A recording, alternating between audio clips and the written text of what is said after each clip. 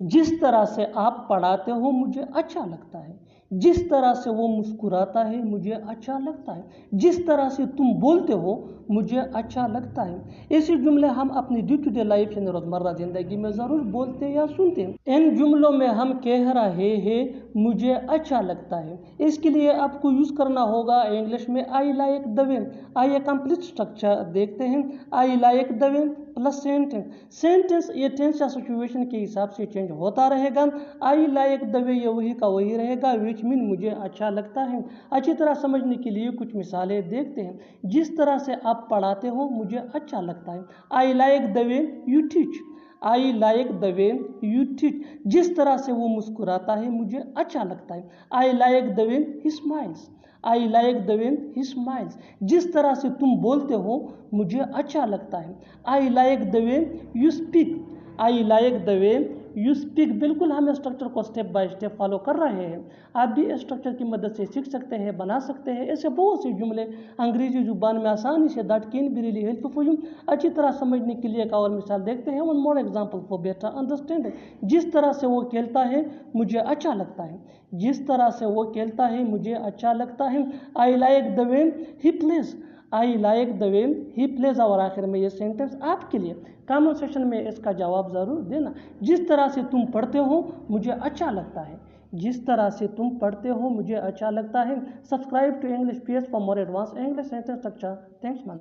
ऐसे में कहा जाओगे, ऐसे में उसे कुछ मत कहना, ऐसे में मैं क्या बोलता। ऐसे जुमले हम अपनी डे टू डे लाइफ यानी रोज़मर्रा ज़िंदगी में ज़रूर बोलते या सुनते हैं। इन जुमलों में हम कह रहे हैं ऐसे में, इसके लिए आपको यूज़ करना होगा इंग्लिश में इन दिस सिचुएशन।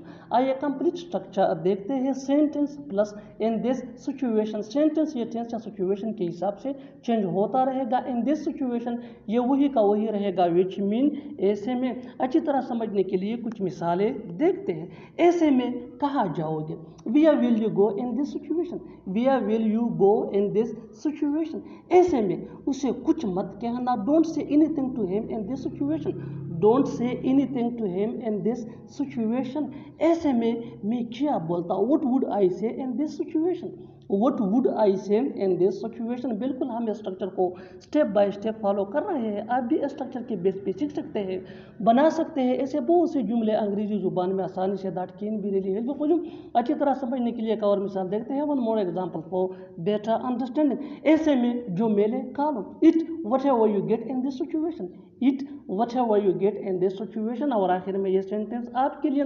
कमेंट सेक्शन में इसका जवाब ज़रूर देना। ऐसे में अगर वो पैसे मांग लेता, ऐसे में अगर वो पैसे मांग लेता। फिलहाल यहाँ से दफा हो जाओ। फिलहाल मैं तुम्हारे घर आ रहा हूँ। फिलहाल तुम जा सकते हो। फिलहाल मैं रास्ते में हूँ। इन जुमलों में हम बोल रहे हैं फिलहाल। इसके लिए आपको यूज़ करना होगा इंग्लिश में फॉर द टाइम बीइंग। आइए कंप्लीट स्ट्रक्चर समझते हैं। For the time being plus comma plus sentence. आगे डिटेल से समझाता हूँ मिसालों से। फिलहाल यहाँ से दफा हो जाओ। For the time being get lost from here. For the time being get lost from here. फिलहाल मैं तुम्हारे घर आ रहा हूँ। For the time being I am coming at your home. For the time being I am coming at your home. फिलहाल तुम जा सकते हो। For the time being you can go. For the time being you can go. फिलहाल मैं रास्ते में हूँ। For the time being I am on the way. For the time being I am on the way. और आखिर में ये sentence आपके लिए। कमेंट बॉक्स में इसका जवाब ज़रूर देना। फिलहाल मेरे पास कुछ नहीं है। फिलहाल मेरे पास कुछ नहीं है। Subscribe English PS for more advance English sentence structure.